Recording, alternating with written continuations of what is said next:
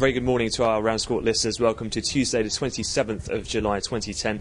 Just gone through 9:30 and taking a check round the markets where risk appetite is pretty much prevalent across the board at the moment.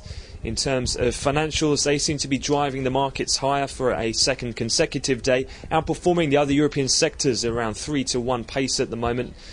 In terms of the European stress test, still being very well received so far by the market, rather than the actual how stringent the tests were, which is still being questioned somewhat. It seems to be the actual transparency that the EU's had with the markets with this publication, which has really been the real chief reason for why we are trading high on the back of those results. In particular, French banks continue to outperform as well, heading into those tests, and also with the Eurozone debt crisis, they had been some of the hardest hit, but having seen that they're all past those tests, they continue to outperform, up around 7% or higher for likes of SocGen, BNP and Credit Agricole.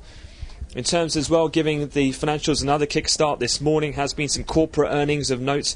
Deutsche Bank as well as UBS had forecast beating numbers. Deutsche Bank obviously did underperform yesterday ahead of these numbers, but they did beat on their Q2 net income and were pretty upbeat in their trading statement. And UBS are trading up as high as 9% after their corporate earnings as well. With this then, Bund futures are seen quite sharply lower this morning, also taking on around 2 billion euros of supply out of the Netherlands, as well as 3 and 6 months T-bills from Spain, which are expected to go through without any problems. And all of the peripheral European bond yield spreads are trading predominantly tighter across the board. Taking a look then in terms of things to come, another day of corporate earnings, just checking the list. We have the likes of Lockheed Martin, Occidental Petroleum, DuPont, L3 Communications, US Steel, just to name a few. And in terms of economic data, attention will turn to the US consumer confidence number, where we are expecting a slight easing today, and all eyes will be on that key 50 level. And then also as well, we have the API oil inventory numbers after the NYMEX pick close today.